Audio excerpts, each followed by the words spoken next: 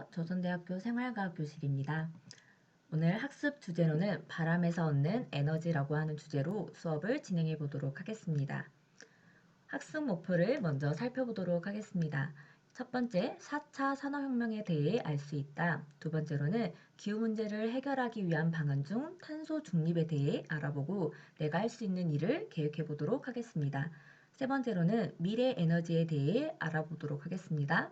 네 번째, 풍력 에너지에 대해 알아보고 풍력 발전기를 만들어 보도록 하겠습니다. 자, 현재는 4차 산업혁명 시대라고 이야기를 합니다. 1차, 2차, 3차를 지나 4차 산업혁명으로 4차 산업의 핵심 기술로는 3D 프린터, 자율주행 자동차, 로봇, 드론과 같은 많은 기술들이 있습니다. 자, 이와 같은 시대에 살아가고 있는데, 자, 그렇다면 4차 산업혁명은 우리의 미래를 어떻게 바꿀지 한번 생각해 보도록 하겠습니다.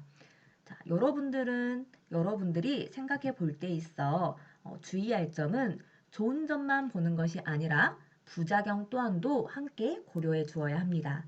자, 먼저는 좋은 점을 확인해 보도록 하겠습니다. 교육부 자료에 따르면 4차 산업혁명으로 인해 달라질 점은 다음과 같이 크게 네 가지로 보고 있습니다. 첫 번째로는 미래 사회의 가장 큰 변화가 일어날 부분으로 일자리, 산업, 경제 영역이 되겠습니다. 두 번째로는 인공지능, 빅데이터, ICT 기술의 발달로 인해 초지능화입니다. 세 번째로는 모든 것이 서로 연결되는 초연결 사회입니다. 이 초연결 사회에서는 원격 교육, 재택근무 등이 진행이 되어지는데 여러분들 또한 코로나로 인해서 학교에 가지 않은 채 집에서 수업을 진행했던 경험들이 있을 겁니다. 자, 이렇게 원격 교육이 진행되고 있는 지금이 바로 4차 산업혁명입니다. 자, 네 번째로는 접속과 공유를 기반으로 하는 공유경제, 공유사회입니다. 자, 이처럼 좋은 점도 있지만 부작용 또한 있습니다. 어떤 점들이 있는지 한번 같이 살펴보면 첫 번째로는 일자리 감소, 고용 불안과 같은 사회 문제가 발생할 수 있으며 두 번째로 인공지능에 대한 의존도가 높아짐으로 인해 기억력, 인지 능력 등의 하락의 우려가 있습니다. 세 번째로는 사회적 갈등이 발생할 수도 있고 또한 가치관의 혼란이 야기될 뿐만 아니라 해킹, 사생활 침해 등의 위험들 또한도 상승할 수가 있습니다. 나아가서는 최근 많이 이야기가 되고 있는 부분 중에 하나로 기후 문제가 되겠습니다. 자, 그렇다면 이런 기후 변화로 인한 환경 문제에 대해 살펴보도록 할 건데요. 자, 여러분들은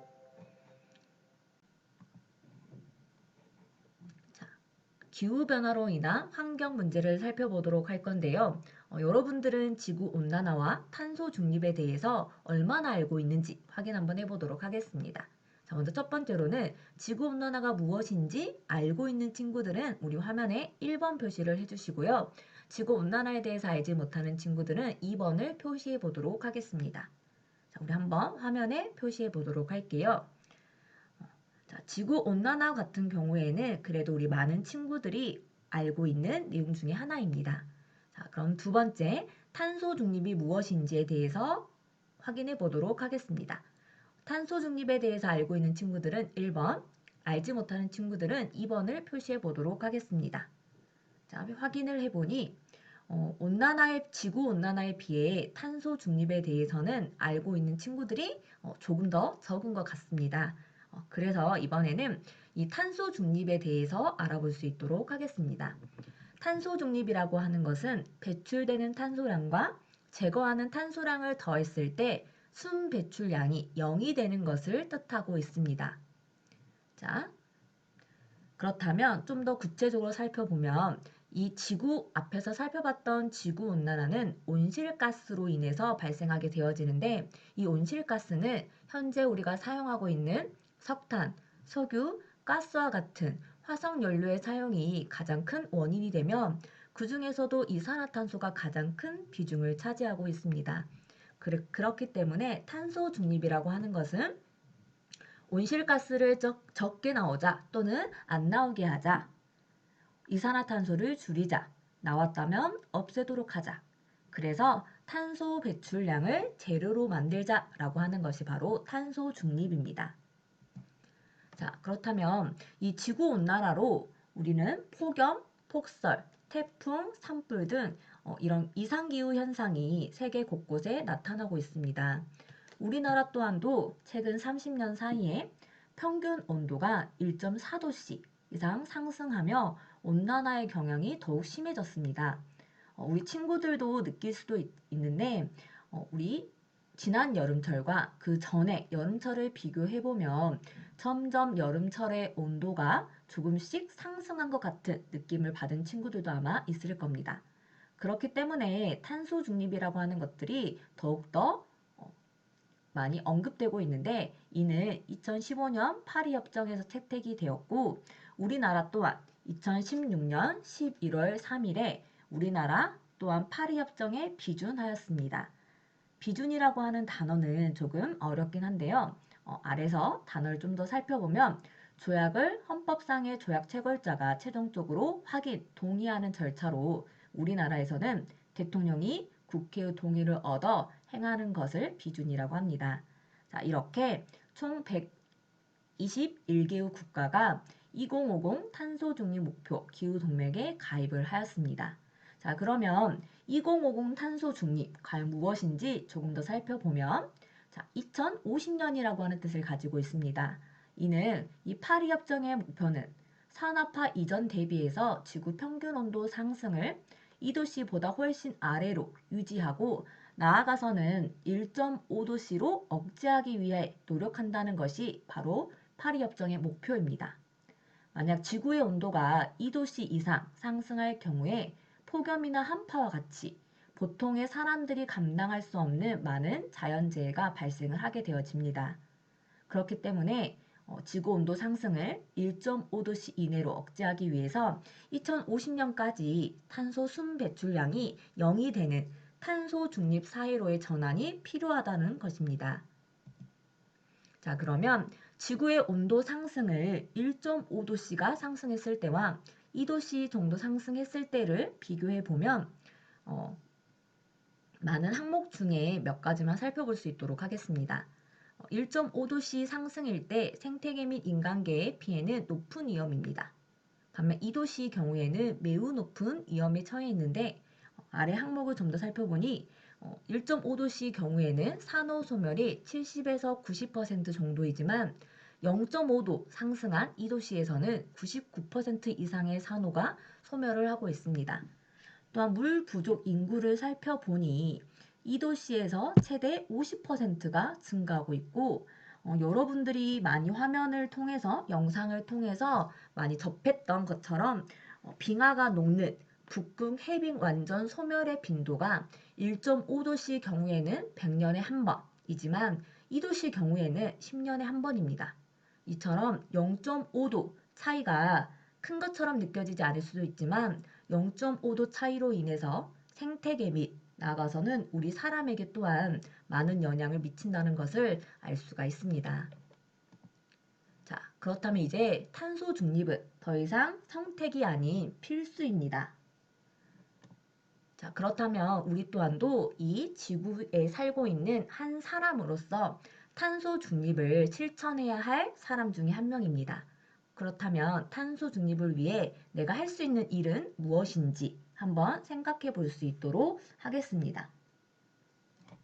내가 할 수 있는 일로 선생님 경우에는 테이크아웃 잔에 커피를 이용을 하다가 최근에 있어서는 텀블러를 사용하므로 조금 더 플라스틱의 사용을 줄이려고 하고 있습니다.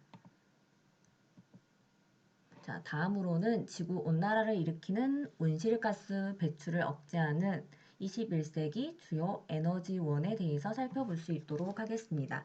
신에너지라고 하는 것은 새로운 기술로 개발한 에너지이며 그 종류로는 수소에너지, 연료전지, 석탄, 액화 등이 있고 재생에너지는 기존에 활용하지 못하고 버려지던 에너지를 다시 활용하는 기술로 태양에너지, 풍력에너지, 지열에너지, 물에너지, 바이오에너지, 폐기물 에너지 등이 있습니다.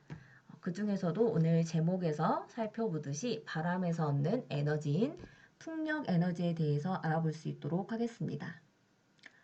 풍력 에너지라고 하는 것은 바람이 가지는 운동 에너지를 전기 에너지로 변환하여 전력을 생산하는 시스템으로 많은 아래 있는 그림처럼 본 적이 있는 친구들도 있을 겁니다. 자, 그럼 여러 가지 풍력 발전기의 모습을 살펴보면 왼쪽에 있는 우리 수평형 풍력 발전기는 여러분들이 흔히 본 모습 중에 하나이겠지만 수직형 풍력 발전기 경우에는 많이 본 친구들은 없을 겁니다.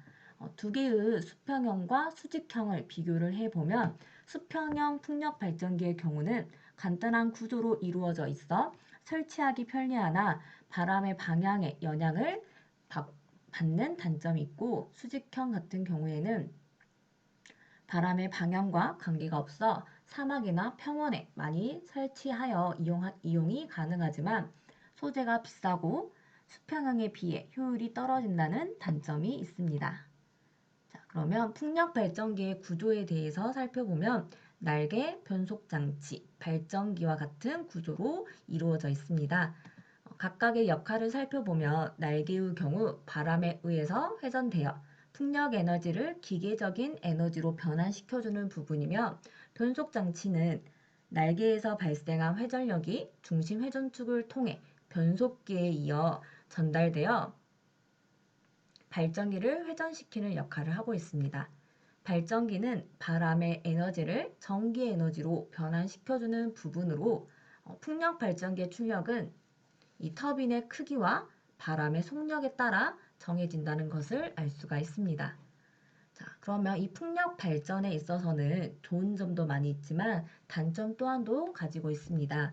이를 구체적으로 살펴보니 장점으로는 화력이나 태양열 발전기에 비해 설치비가 적게 들고 설치 기간이 짧다는 장점이 있고, 앞에서 살펴보았듯이 온실가스를 배출하는 화석 연료가 아니기 때문에 자연에서 얻을 수 있는 청정 에너지원으로 풍력 발전의 주변을 관광 자원으로도 활용이 가능합니다.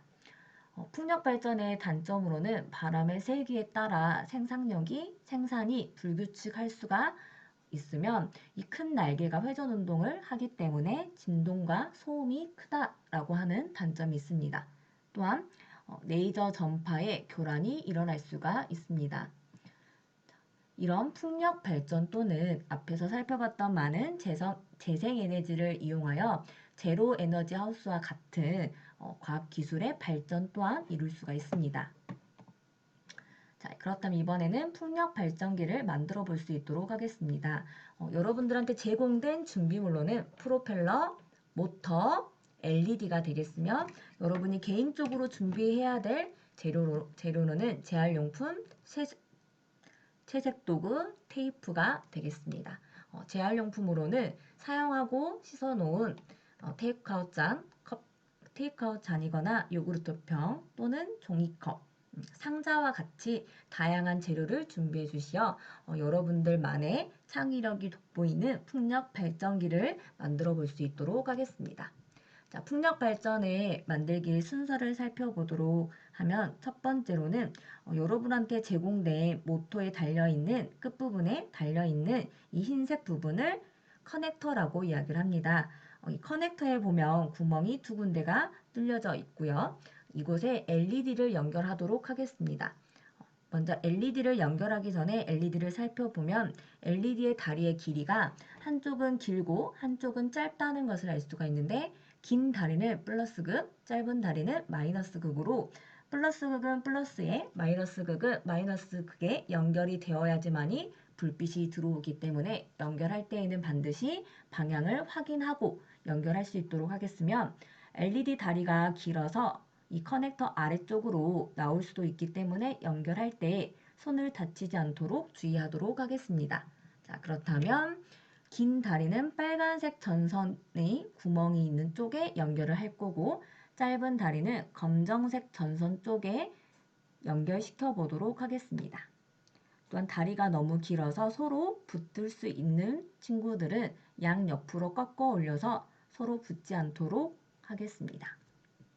자, 다음 2번 과정을 살펴보기 전에 3번의 그림을 먼저 살펴보면 여러분이 준비한 재활용품에 있어 프로펠러가 들어갈 위치와 LED의 불빛이 들어갈 위치를 먼저 생각한 후에 2번 준비 과정을 가져보도록 하겠습니다.